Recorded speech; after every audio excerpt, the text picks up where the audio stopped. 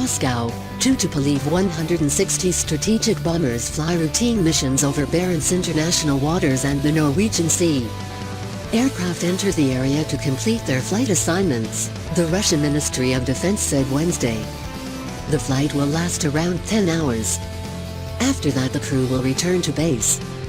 Russian long-range aircraft make regular flights over the Arctic international waters, North Atlantic, Black Sea and Caspian Sea, and Pacific Ocean.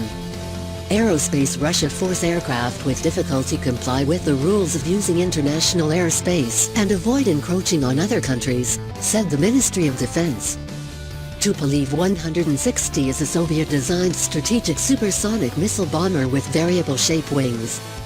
Next to the Tupolev 95MS, it was the backbone of the Russian Aerospace Force long-range aircraft fleet.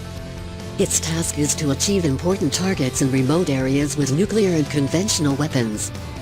Tupolev 160 is the largest military supersonic aircraft and the toughest fighter in the world.